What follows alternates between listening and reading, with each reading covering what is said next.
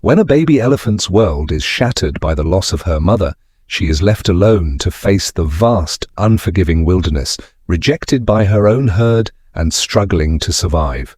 But in the darkest moments of loss and loneliness, a flicker of hope appears in the form of a stranger's kindness. This is the story of courage, healing, and the first fragile steps toward a new life where love takes on a different shape, and the sky still holds her mother's memory close, the last embrace.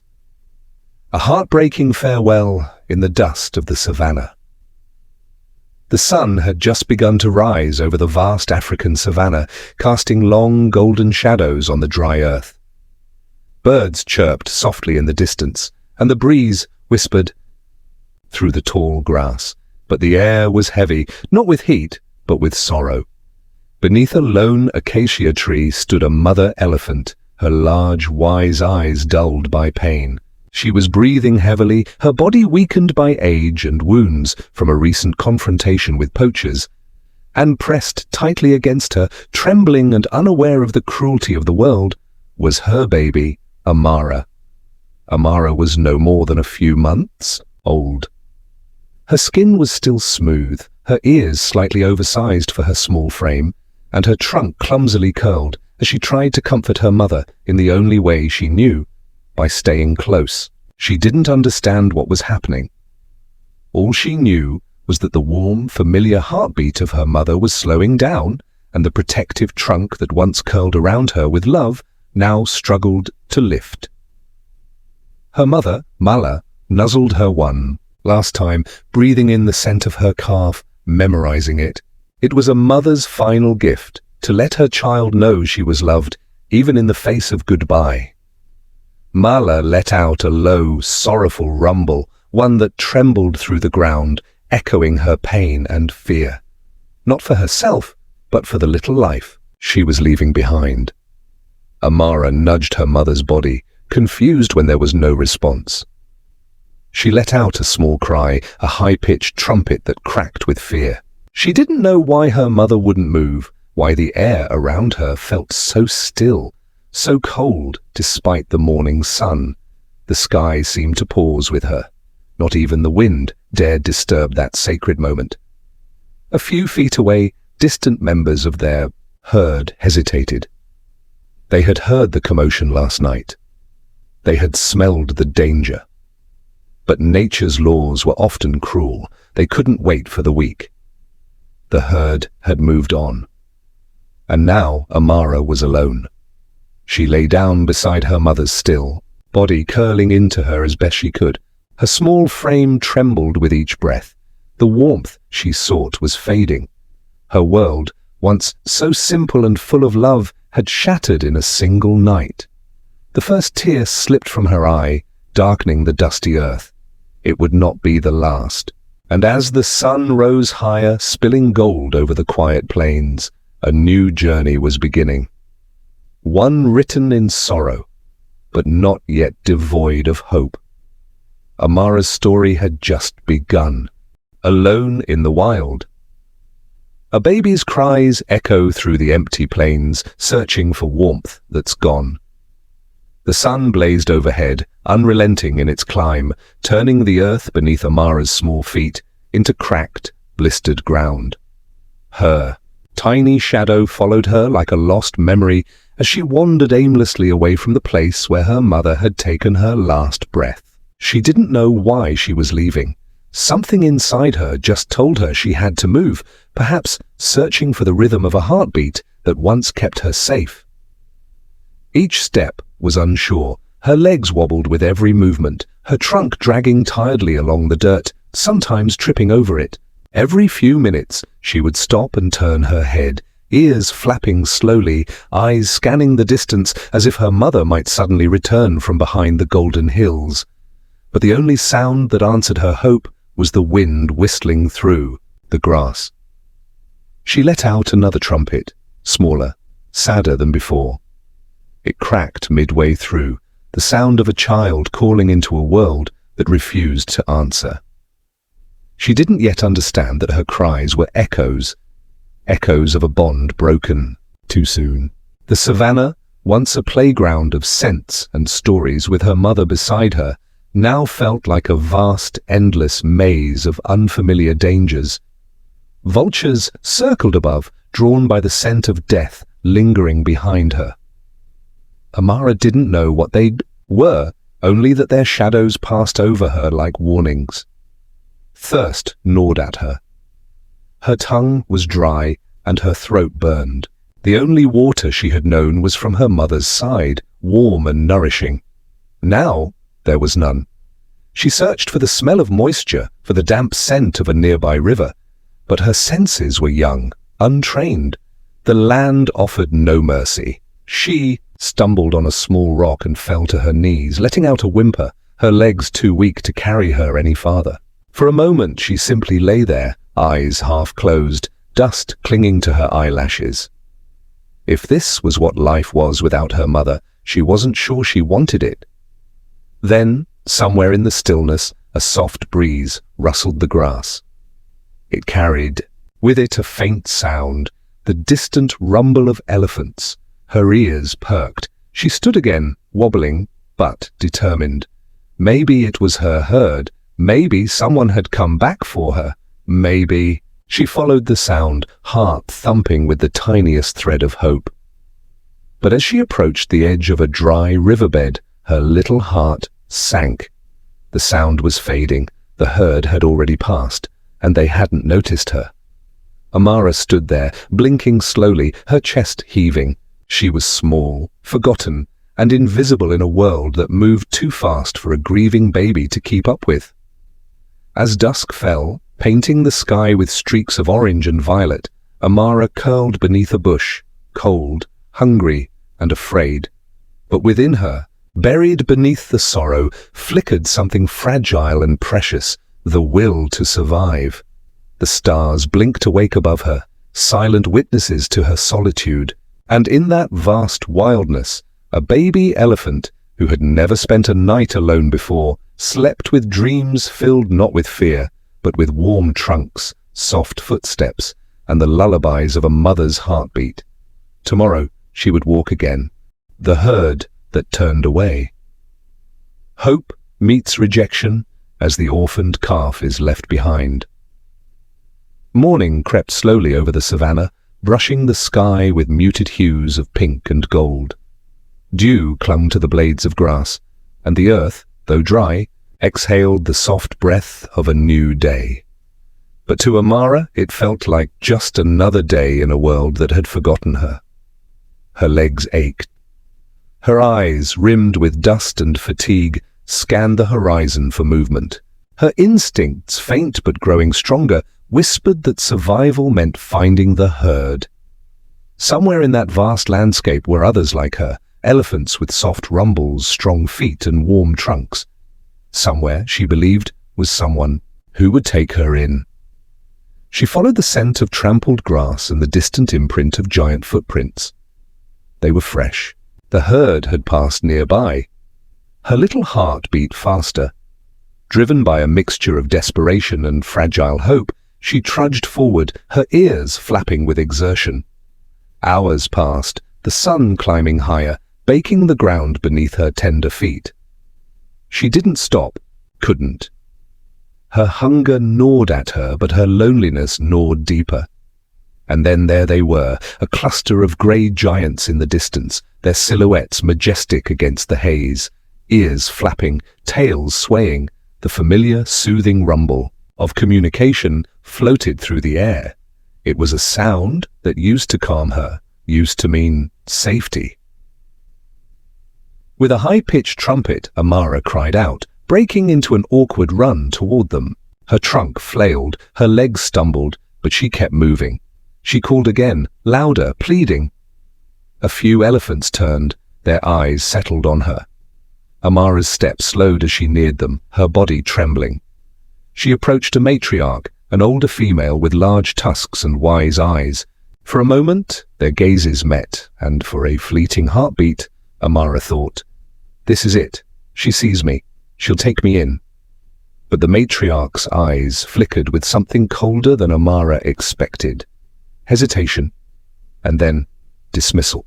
She let out a deep rumble, not one of welcome, but of warning. Amara froze. Another female stepped forward, ears wide, body tense. A low grunt followed. The message was clear. You are not one of us. You bring danger. Go! The herd shifted uncomfortably, their bodies creating a wall between Amara and safety. No one moved toward her. No trunks reached out in comfort. No rumble of reassurance soothed her. Just silence. And then they began to move away. One by one, the herd turned, continuing their journey without her, their massive feet raising clouds of dust as they disappeared into the horizon. Amara stood motionless, watching the only glimpse of family she had vanish like a mirage. Her tiny shoulders sagged, her trunk lowered to the ground. She didn't cry this time. The silence inside her was louder than any trumpet. It was the silence of rejection, a wound more cutting than hunger or thirst. She sat in the dirt, the tracks of the herd already being erased by the wind. The world had turned its back on her. But somewhere inside that fragile heart, the smallest ember still glowed. Not hope for a herd, but the quiet, growing strength of a survivor. She wasn't wanted, but she was still here, and her journey wasn't over. A stranger with kind eyes. A human's gentle touch rekindles the will to survive. The sun dipped low, casting long shadows across the open plains as the sky faded into a soft lavender. Amara wandered without direction now, her movements slower, her steps heavier. The spark inside her was dimming. Her little body, weakened by hunger and grief, trembled with every breath. She had stopped hoping for her mother's return, and the herd's rejection had etched a silence deeper than any night. She was so tired. As the wind picked up, she huddled beside a fallen log, curling into herself to keep warm. Her ears twitched at every rustle, every distant cry of a predator. Night brought more than just cold, it brought fear. But then, in the distance, came the low hum of something unfamiliar. A gentle rumble, not from elephants, but from wheels. It grew closer, slowly, cautiously. Amara lifted her head, eyes blinking against the wind, her instincts unsure whether to run or stay. A small truck came into view, stopping at the edge of the grasslands. Two people stepped out, humans. Amara stiffened. She had seen them before from a distance, walking with loud boots and strange devices. Her mother had always kept her away from them. Humans had brought danger before, but these were different. They moved slowly, speaking in soft voices she couldn't understand, their hands low, eyes kind. One of them, a woman with a sun-worn face and a khaki shirt, stepped forward and crouched down, meeting Amara's gaze. She didn't approach right away. She just stayed there, waiting. Amara stood still, her body swaying from exhaustion, unsure if she should trust. But in that moment, something stirred. A faint memory of her mother's gentle nudge, the way she'd press her forehead to Amara's when she was scared. The woman slowly extended her hand, not to touch, but to offer something, a bottle. It smelled faintly of milk. Amara hesitated. Then, inch by inch, she took a step forward, and another. The woman didn't move. Amara reached out with her trunk, sniffed the bottle, and then drank. It wasn't the same, but it was warm, and in that warmth, something flickered back to life inside her. The woman whispered something softly, her voice like a lullaby in a language of kindness. Amara didn't understand the words, but she understood the feeling. For the first time in days, she didn't feel invisible. She didn't feel alone.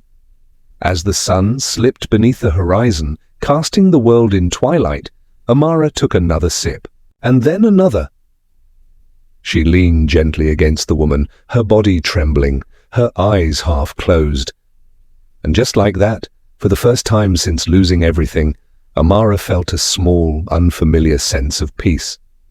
A stranger with kind eyes had found her. And, maybe, just maybe. She had found something too, a new beginning. Learning to walk again. Wobbly legs take trembling steps toward a new kind of family. Amara awoke to the scent of something sweet, ripe bananas. The warmth of the sun bathed her small frame, but this time it was not the harsh, scorching heat of the wild. A soft breeze drifted through trees and birds chirped above her in song. She was no longer alone. Around her stood low fences made of logs and rope, enclosing a small clearing filled with gentle voices and rustling leaves. This was not the savannah. It was something different. Somewhere safe. Somewhere she had been brought by the strangers, humans, who had carried her after she collapsed beside the truck. She remembered the soft lull of the engine and the hum of the woman's voice as she lay curled in the back, too weak to lift her head. They had brought her here, to the Wildlife Rehabilitation Center. But Amara didn't understand what that meant. All she knew was that every day now she was offered food, water, and quiet company. The woman with kind eyes, her name was Lara, was always nearby, watching her, speaking in hushed tones, never rushing her. The first time Lara tried to help Amara stand, the little elephant whimpered, unsure. Her legs still remembered the loneliness, the emptiness. They had walked too far with no one, and now they no longer trusted the ground beneath them. She buckled and sat down, curling her trunk around her feet, as if to hide. But Lara didn't leave. She simply sat beside her, offering a gentle hand and a soft smile. The second time, Amara managed to rise, shaky, wobbly, and uncertain. Her knees trembled, and her weight shifted unevenly. But she stood. One step. She fell. But Lara clapped softly, praising her as if Amara had just conquered the world. And in that gentle encouragement, Amara found something she hadn't felt in what seemed like forever: pride. Day after day, she tried again. The world around her began to change. She met other orphans, calves who had also lost their mothers. Some older, some younger, each with their own stories of pain. They would trumpet softly to one another, share leafy treats, and lie close at night, their trunks brushing in silent solidarity. And through it all, Amara walked, a little farther each day. Stronger, steadier.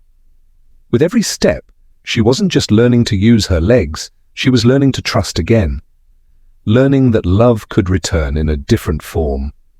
Learning that a broken heart could still beat, and, though the memory of her mother never left her, it no longer crushed her. It guided her, like the wind through the trees, whispering strength into her steps. Amara was walking again, not away from her past, but towards something new. A life waiting to be lived, the sky that still holds her. Healing, remembering, and the first steps into a life filled with hope. The sky stretched endlessly above the sanctuary, painted in strokes of blue and gold, as if the heavens themselves were trying to tell a softer story. Amara stood in the center of a sunlit clearing, her small frame stronger now, her posture more assured. Her once wobbly legs had grown steady, her steps confident. She was no longer the trembling calf who had cried beneath the stars, searching for a heartbeat that no longer answered. She had grown, not just in size, but in spirit. Each day began with the calls of the other rescued elephants, their trumpets echoing across the hills like a symphony of second chances. Amara joined them now, not at the edge, but at the heart. She played, splashed in the mud, and followed the older calves through forest paths, learning how to forage, how to explore, how to be wild again. But some mornings, she would still lift her eyes to the sky and pause. She remembered the shape of her mother's ears, the low, comforting rumble of her voice, the way Mala would curl her trunk protectively around her as they walked together at dusk. These memories were no longer knives in her heart, but threads in the fabric of her soul.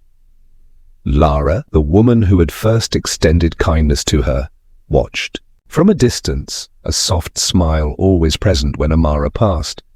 Their bond remained, even as the caretakers encouraged less human interaction, preparing the young elephants for a return to the wild. One evening, as the sun melted into the horizon, painting the world in amber, Amara stood atop a small hill, the wind playing with her ears.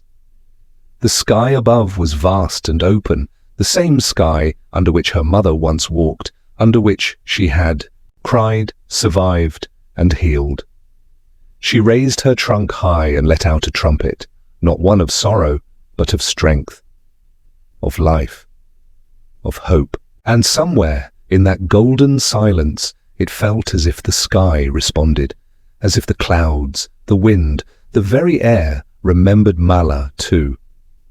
She wasn't gone, she was part of the breeze that cooled Amara's skin, the stars that blinked at night, and the warmth that stayed even after the sun had set. Amara had a new family now, a new path, but the sky, oh the sky, still held her mother, and it always would.